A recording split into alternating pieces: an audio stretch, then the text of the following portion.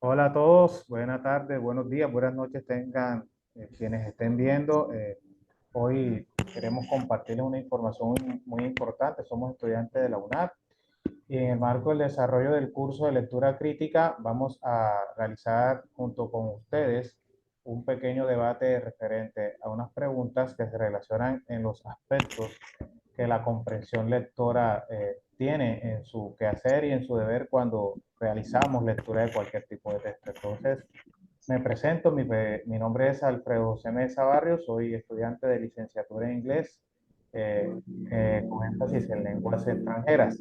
Entonces, continúa la compañera Yulis. Bueno, buenas tardes, mucho gusto. Soy Julie Rodelo, estudiante de licenciatura en educación. Es un placer hoy estar con ustedes. Eh, Sigue mi compañera para que se pueda presentar y la conozcamos. Buenas tardes, mi nombre es Yanis Acevedo, estudiante de la licenciatura en Educación, octavo semestre, y hoy estamos aquí, pues como decía el compañero, para hablar un poco acerca de todo lo que es el proceso de la lectura. Ok, perfecto. Entonces, vamos ahorita a compartirles aquí las preguntas y en el orden del día inicia la compañera Yanisi, dándole respuesta a este primer interrogante. ¿Cuáles son las principales características de los textos literarios y los textos informativos? Bueno, compañeros, realmente tenemos que tener en cuenta, pues, que los textos literarios se caracterizan porque son textos libres. Son textos que manejan un espacio para que la persona que los lee se pueda identificar con este texto y pues también que esa persona pueda dar su propia interpretación del texto.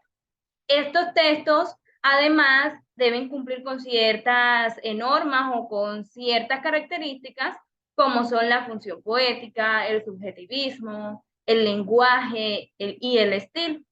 Además de eso, debe cumplir con una funcionalidad y con una representación de la realidad. Los textos literarios en sí son un tipo de texto que cuando nosotros los leemos, o sea, podemos dar nuestra propia interpretación al respecto, porque estos textos son abiertos en ese sentido, en que el lector pueda dar su propia interpretación, que no significa que esta sea la que le haya dado el autor al momento de escribir.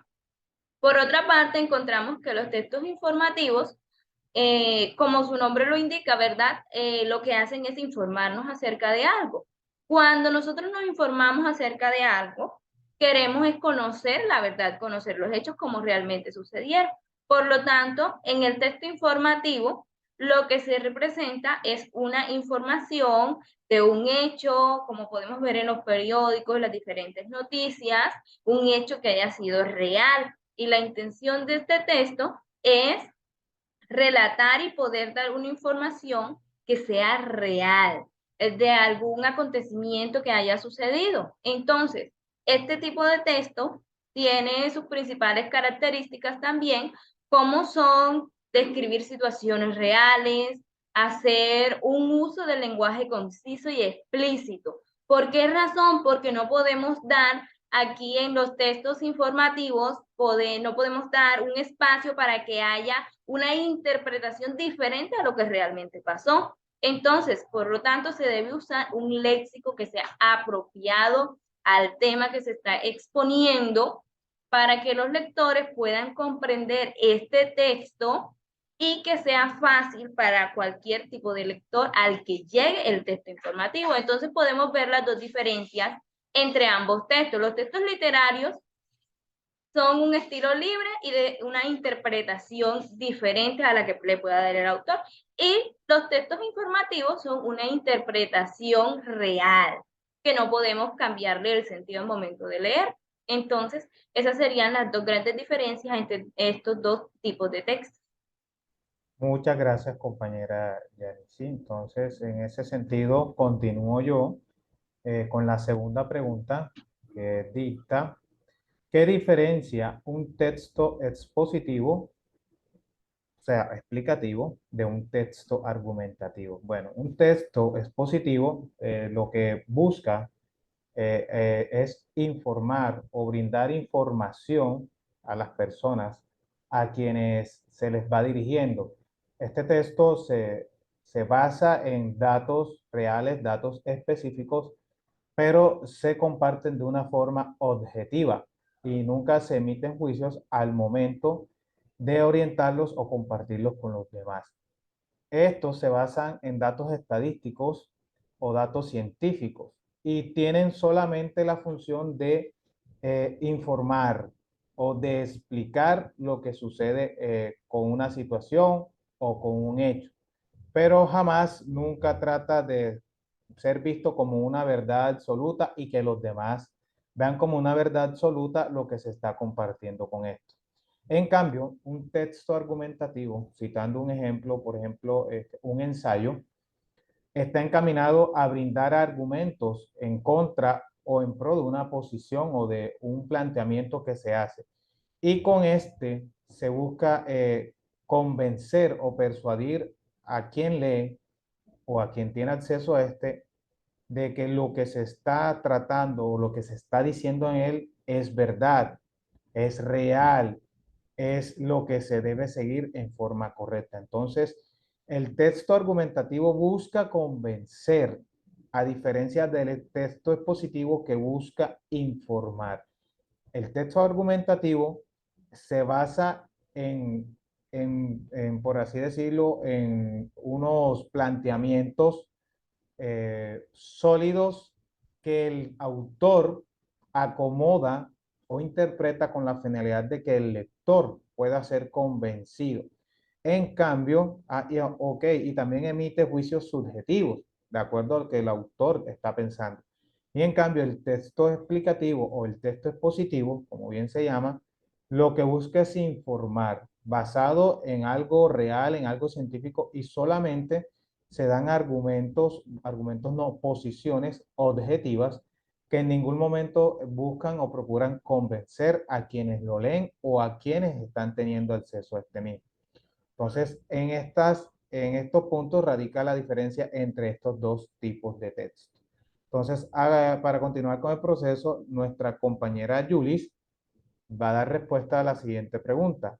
¿Qué estrategias de lectura se pueden aplicar en el momento después de la lectura, según la autora Soler?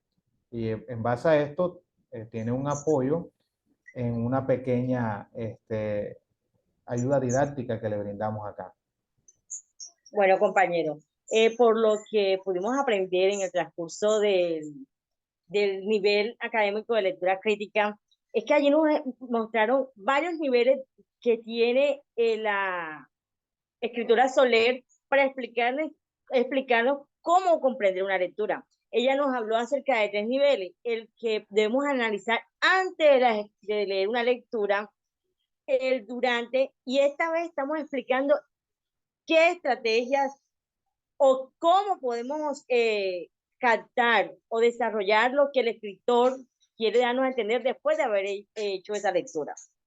Entonces, ¿qué dice la autora Soler? Ella dice de que para leer, no es para comprender, perdón, una lectura no es solo leerla, no, hay que acaparar, hay que después de leer, vamos a desestructurar, perdón, esa idea y hacernos unas preguntas. ¿Qué quiere decir el escritor con esta lectura o qué quiere transmitir el lector a través de esta lectura? Sacar un resumen, opinar acerca de lo que el lector nos está dando a entender después de haberla leído. Entonces, ¿cómo vamos a hacer eso? Vamos a coger ese texto y lo vamos a recapitular o a dividir en pedazos, como coger una carne para preparar y uno la eslacha y la prepara. Bueno, igual vamos a hacer con el texto.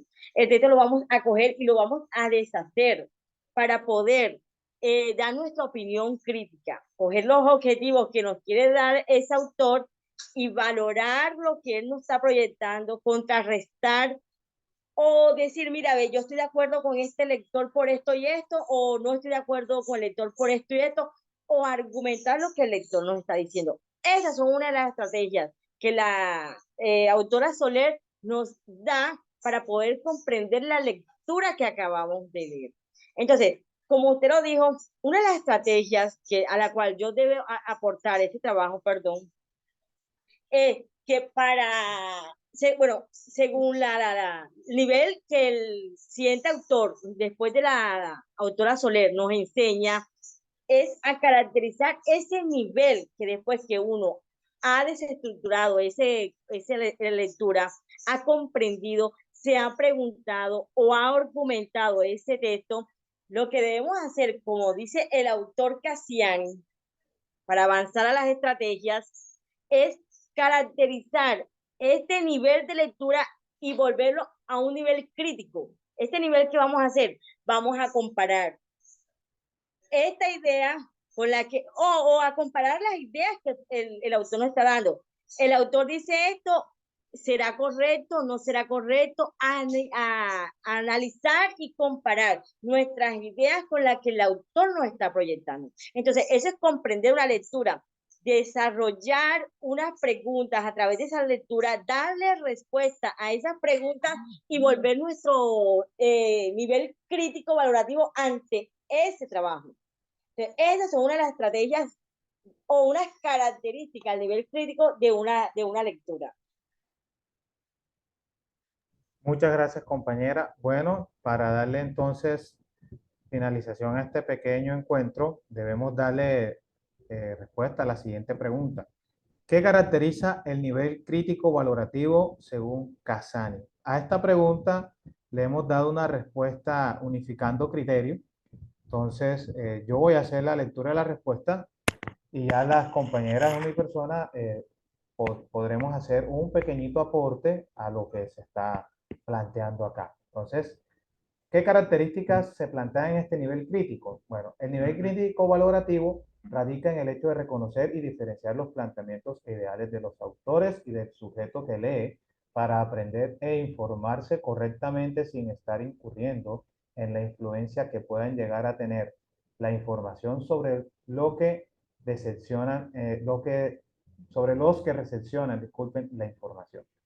Estas características son el nivel literal, el cual está caracterizado por el hecho de decodificar, comprender y retener información respecto a una lectura. La fase de la lectura inferencial, que es el proceso mediante el cual se requiere del nivel comprensivo y analítico.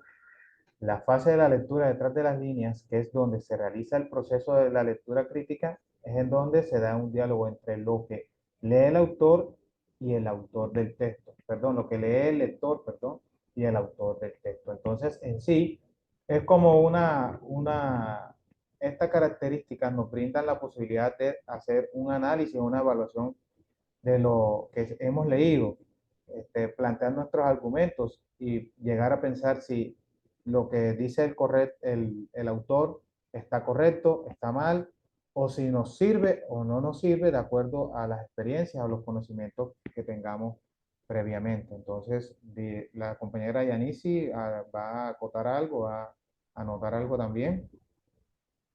Bueno, sí, es que es importante, compañero, tener en cuenta las características que nos brindan aquí, porque realmente cuando nosotros estamos frente a un texto que queremos de pronto hacerlo porque nos llamó la atención la lectura, porque nos llamó la atención el texto y queremos de pronto mirar de qué se trata y comprenderlo, nosotros debemos tener en cuenta estos niveles que aquí nos mencionan, porque es que nosotros vamos en busca de algo realmente cuando leemos un texto. Entonces está la postura del autor y está mi postura. Entonces yo tengo que tener en cuenta esas bases de la lectura para yo poder realmente realizar un proceso de lectura crítica que sea valorativo, que realmente me aporte algo en lo personal. Entonces, tenemos la fase del nivel literal. Nosotros aquí en la fase del nivel literal, pues lo que hacemos es una decodificación. La decodificación realmente la hacemos todo el tiempo. Cuando leemos algo, estamos decodificando.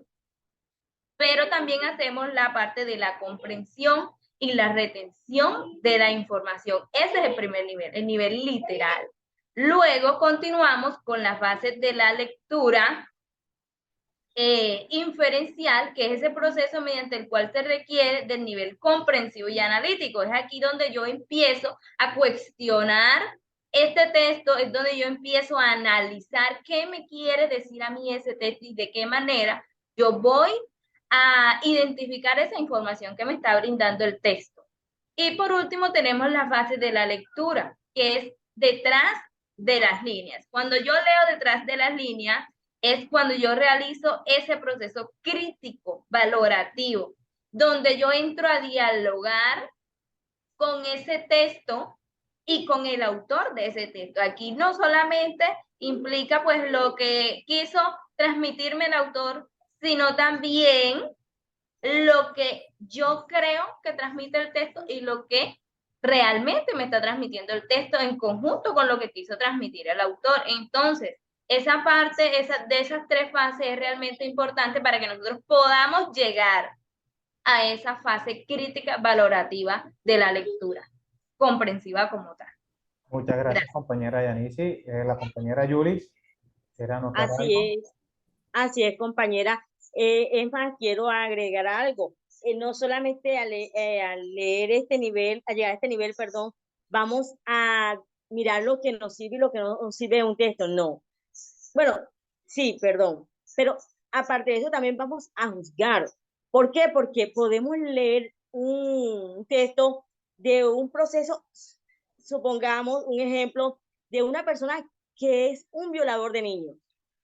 Hay cosas que no me sirven a mí de aprender de esa persona, pero ¿qué pasa? Que al leerlo podemos llegar al nivel que vamos a criticar, vamos a juzgar el procedimiento que se encuentra en esa lectura. Entonces, el nivel crítico valorativo también incluye eso, juzgar lo que el lector ha escrito. Porque no podemos estar de acuerdo como podemos estar de acuerdo, o muchas personas van a estar en desacuerdo con nosotros. Todo lector tiene su nivel crítico. Por eso es que se llama así un nivel crítico valorativo. Porque puedes valorar lo que están escribiendo como no lo puedes valorar. O te puede molestar lo que estás leyendo como te puede agradar. Entonces, en este caso que estamos estudiando ese nivel, vamos a coger ese texto, a coger tanto lo que no nos sirve como lo que nos sirve, lo vamos a proyectar, a juzgar, sea por bien o sea por mal. Entonces, allí es un nivel crítico. Ok, Juzgar, muchas gracias. Perdón, sí, compañera Yulis, qué pena, pensé que había no te terminado. preocupes. Bueno, muchas gracias, compañera Yulis. Agradezco a ustedes por el tiempo y hacer parte de este espacio y espero que nos podamos volver a ver en otra oportunidad haciendo estos espacios tan provechosos y constructivos para nosotros y para quienes gusten en vernos. Entonces, nos vemos en la próxima. Que estén ustedes muy bien y Que esté muy bien. gracias por estar aquí con nosotros. Bueno, Bueno, que que tengan pasen buen bien, día. gracias. Bueno, hasta Chao, luego. muchachos. Chao.